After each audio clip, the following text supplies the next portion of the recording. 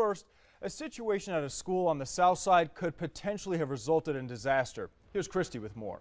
Yes, Steve, a local mom contacted Kristi's kids about a passed-out employee, a school crossing guard who was being paid to help kids navigate a very busy road. All year long, parents say this woman's been sleeping on the job and no one reported her. My Kristi's Kids investigation. Take a look at the Hollinger K-8 crossing guard, fast asleep.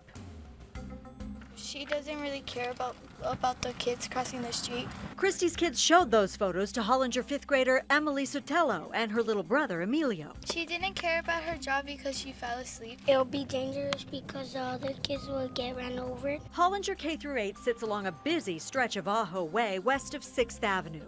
Witnesses say this crossing guard made it a habit of napping. More than 3 times a week, at least. It wasn't until this mother took photos and reached out to Kristi's kids that anything happened to the TUSD employee. Multiple photos taken, she says, on different days in the same week.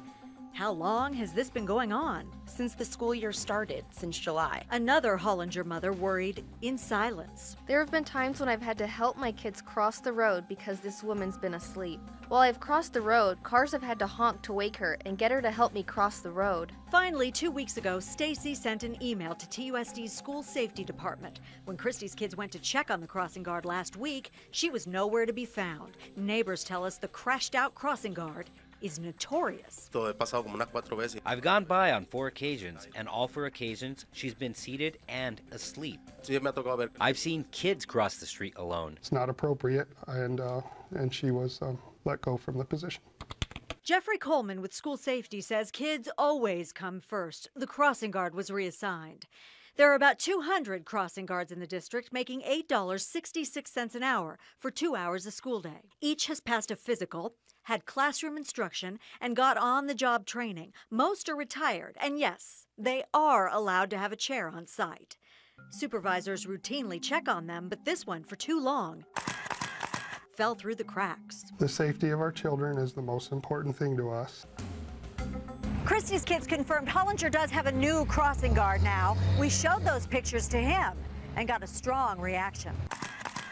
Oh, gee whiz, that's grounds for termination. Robert Gomez doesn't know much about what happened, but says, Well, you might as well go home. I mean, you're not doing your job. You know, you're not being paid to sleep. Emily is just relieved. I feel safer because she's not there to be falling asleep on her job.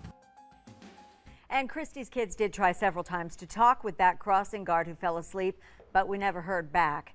If not for that one parent who finally spoke up, she might still be sleeping on the job, putting Kristi's kids in danger. If you'd like to see the district's information on crossing guards, you can go to this story at KVOA.com. We have a link. Steve?